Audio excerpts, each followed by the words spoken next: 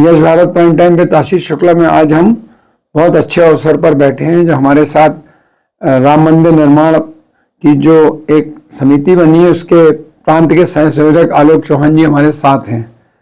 यह आप लोग को बहुत अच्छे तरीके से जानकारी है कि अयोध्या में भगवान राम जहां उनका जन्म हुआ था, उनके प्राण प्रतिष्ठा के लिए राष्ट्रीय स्वयंसेवक और बहुत सारे संघ कई वर्षों से प्रयासरत थे। तमाम दिक्कतों के बाद जब सुप्रीम कोर्ट से यह मामला साफ हुआ, स्पष्ट हुआ कि हम वहां भगवान रामलला विराजे जाएंगे, इन परिस्थितियों में काफी तेज तैयारी पूरे प्रदेश में प्रारंभ की गई थी। इन्हीं स्थितियों के चलते हुए राष्ट्रीय स्वयंसेवक ने राष्ट्रीय राम मंदिर निर्माण समिति बनाई थी, जिसके आलोक चौहान जी सह संयोजक हैं। आलोक जी, सीधा सवाल आपसे, जबलपुर से लगभग जुड़े 40 जिले के आप सह संयोजक हैं। इन परिस्थितियों में घर घर न्योता पहुंचा रहे हैं जो आप, उसके लिए आपको क्या क्या तैयारी करना पड़ रही है? हमारा जो ये महाकौशल प्रांत है, महाकौशल प्रांत में 24 शासकीय जिले हैं और लगभग 40% भूभाग का यह मध्य प्रदेश का एक हिस्सा है। लगभग 60 लाख परिवार इस महाकौशल अंचल में निवास करते हैं। पूर्व में भी जब 2 वर्ष पूर्व जब राम जन्मभूमि मंदिर निर्माण का जब निधि समर्पण का अभियान था, तो उस समय भी हम लोगों ने घर घर पहुंचने का लक्ष्य लिया था। और बड़े ही गर्व और सौभाग्य का विषय है कि हर हिंदू और हर सनातनी, हर राष्ट्रीय विचार को मानने वाले परिवार ने भगवान राम का भव्य मंदिर बने, इस हेतु उन्होंने अपनी सामर्थ्य, अपनी श्रद्धा के अनुसार सभी ने निधि का समर्पण किया था।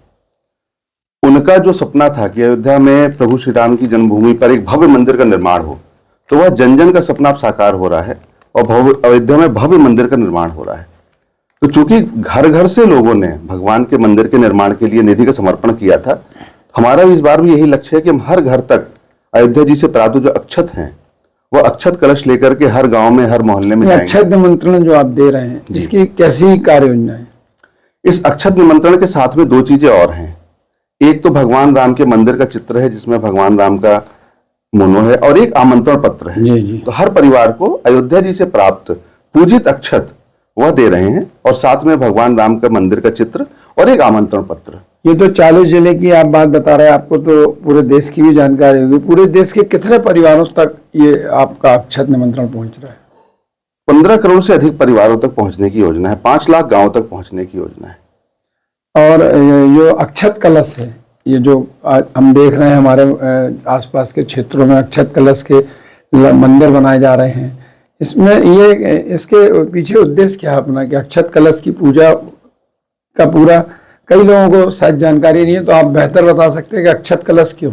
जी, इसका सीधा उद्देश्य यह है कि चूंकि भगवान राम का मंदिर जन जन के निधि के समर्पण से बन रहा है, और जब वहां पर प्रभु के मंदिर की प्राण प्रतिष्ठा हो रही है, तो जन जन को ही उसका न्योता पहुंचे।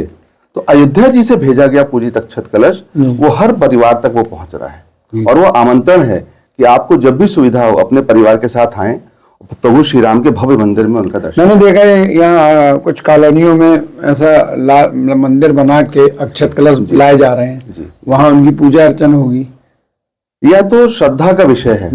कार्यकर्ताओं को जहां पर जिस रूप में भी, कहीं पर सजीव राम दरबार बना करके, कहीं पर पूरी रथ यात्रा निकाल करके, माताएं बहनें सिर पे कलश यात्रा लेकर के, अच्छे से दीपक जला करके, अगवानी करके, मतलब जिसके मनोभाव जिस प्रकार से प्रस्फुटित हो रहे हैं, उस रूप में वह इस भगवान के आमंत्रण को स्वीकार करने इसमें आपने गृह संपर्क भी रखा है? जी, हर घर तक जा रहे हैं। हर घर? जी, मैंने छोटा सा छोटा गांव भी है जी, तो वहां तक भी आप पहुंच रहे हैं? 24,000 गांव हमारे प्रांत में हैं, 24 शासकीय जिले हैं और संगठन दृष्टि से 34 जिले हैं। उन सभी गांवों तक हम लोग पहुंच रहे हैं। ये तो मैं भी समझता हूँ कि राम मंदिर का जब भव्य निर्माण हुआ तो वहाँ लोग पहले ही से जाते थे, बहुत ज़्यादा अच्छे तरीके से जाएंगे और एक हिंदुस्तान की अलग ढंग की छवि बनेगी। तो अयोध्या मंदिर के निर्माण के बाद आप क्या सोचते, क्या क्या बदलाव आएगा अपने देश में? अयोध्या में भगवान राम के मंदिर के बाद न सिर्फ भारत में बल्कि वैश्विक स्तर पर हम लोग एक बड़ा बदलाव देखेंगे। आप चूंकि अध्ययनशील हैं, आप गहराई से चीजों का अध्ययन करते हैं, तो मैं आपको 2-3 चीजें बताता हूं। अभी एक शोध हुआ था जिसमें डीएनए के ऊपर रिसर्च करने वाले 3 देशों के वैज्ञानिक, मतलब जो शीर्षस्थ वैज्ञानिक हैं, उन्होंने जब डीएनए का पूरा शोध करना प्रारंभ किया तो उनको यह ध्यान में आया कि एक समय ऐसा था जब पूरी धरती पर 1600-1700 लोगों का ही जीवन बचा हुआ था। वहां से फिर से वापस हमारी मानवता का प्रसार हुआ। हमारे यहाँ भी जो पारंपरिक हमारे जो शास्त्रों में जो उल्लिखित है, और हमारे शास्त्रों में जिन चीजों का भी उल्लेख है, आप देखें जिनको विज्ञान ने या फिर बीच में जो पश्चिमी सभ्यता ने जो कहा कि ये कपोल कल्पनाएं हैं और ये रूढ़िवादी लोग हैं, आप देखिए तो नासा ने 1950 से लेकर के जो खोजें अभी तक की, हमारे शास्त्रों में उसका हजारों लाखों वर्ष पूर्व से उल्लेख है। हाँ जी। तो जितनी वैज्ञानिकता और जितनी प्रामाणिकता हमारे यहाँ पर है, तो पश्चिमी राष्ट्र आज भी उससे बहुत पीछे हैं, लेकिन यह कहीं कालखंड में हमारा ज्ञान विलोपित हुआ। और भारत को लेकर के जितना रिसर्च, आपको जानकर के आश्चर्य होगा कि भारत से अधिक संस्कृत के शोधार्थी जर्मनी में हैं।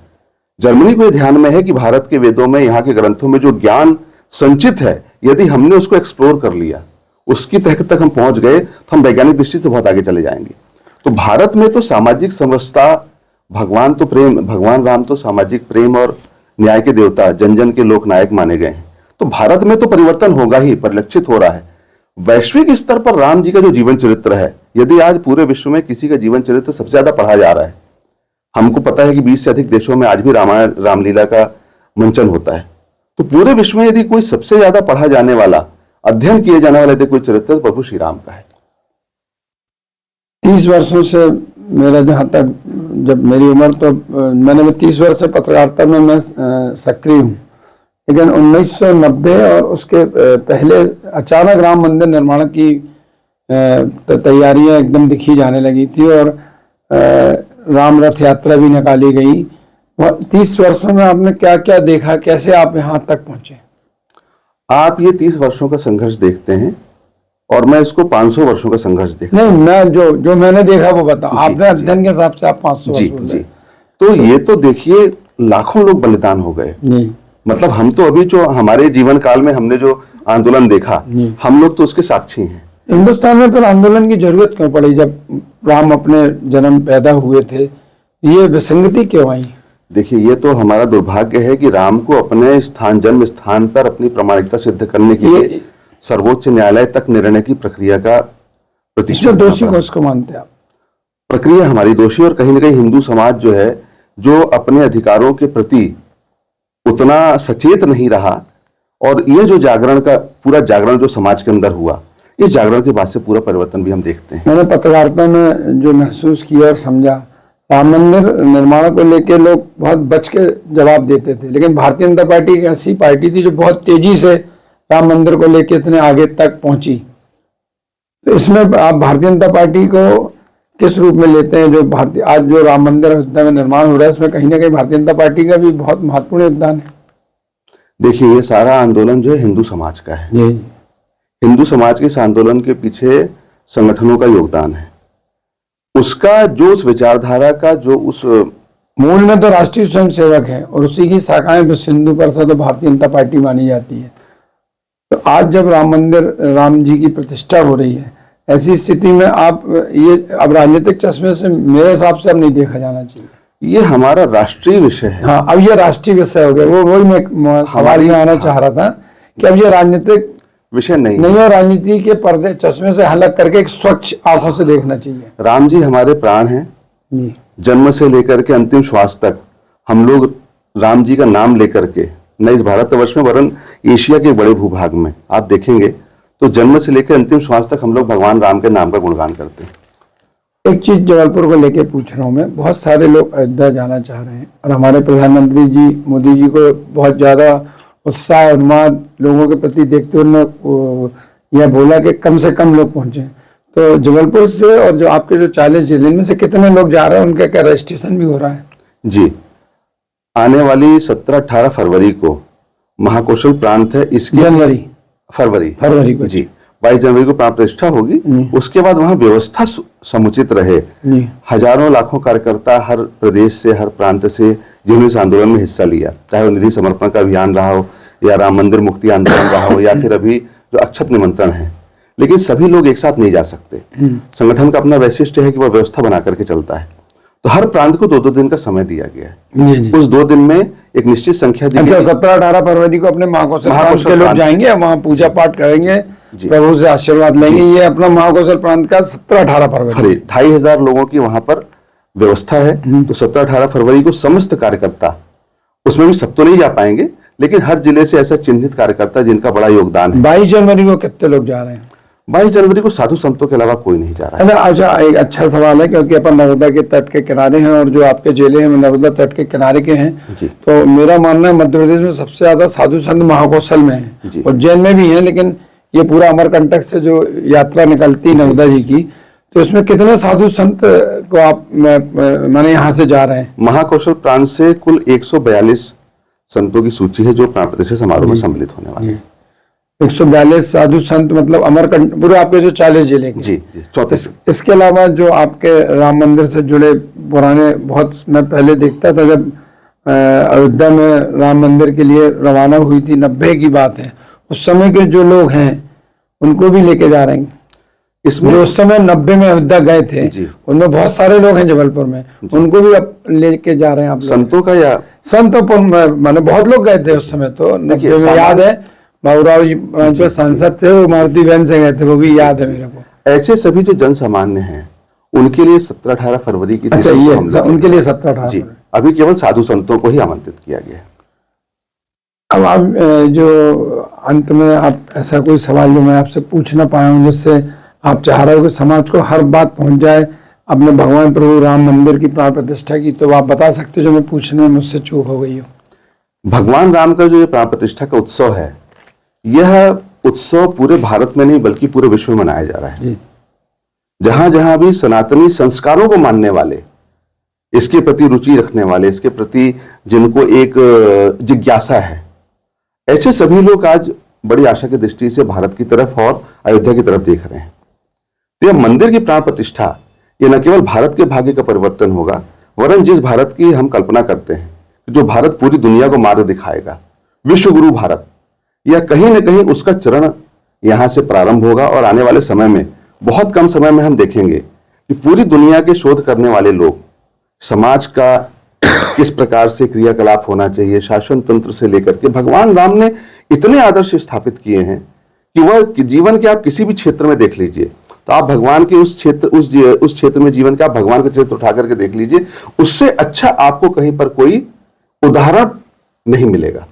ये पूरे विश्व के लिए आज एक आइडल और एक आइडियोलॉजी का पूरा मैसेज देने वाला ये पूरा हमारा प्राण प्रतिष्ठा समारोह भगवान का मंदिर होने वाला है। ये थे हमारे साथ आलोक चौहान जी, जो कई वर्षों से राष्ट्रीय स्वयं संघ से जुड़े हुए हैं और राम मंदिर निर्माण में जो सह संयोजक भी बनाया है। तो आप समझ सकते हैं कितने गहराई से राम मंदिर प्राण प्रतिष्ठा समारोह के लिए इनने कोशिशें की होगी। तो पहले तो मैं आपको इस कार्य में आप इतने संलग्न से रहने के लिए आपको बधाई देता हूँ। धन्यवाद। और आपने आज आलोक चौहान जी की राम मंदिर प्राण प्रतिष्ठा को लेकर पूरी बातें सुनी। हमारी आपसे अनुरोध है कि जो प्रधानमंत्री का संदेश है कि कम से कम लोग पहुंचे, फिर आप हमेशा दर्शन करने जाते रहेंगे। तो आलोक जी, आप आखिरी में क्या अनुरोध करेंगे जबलपुर और आसपास के जिले के लोगों से?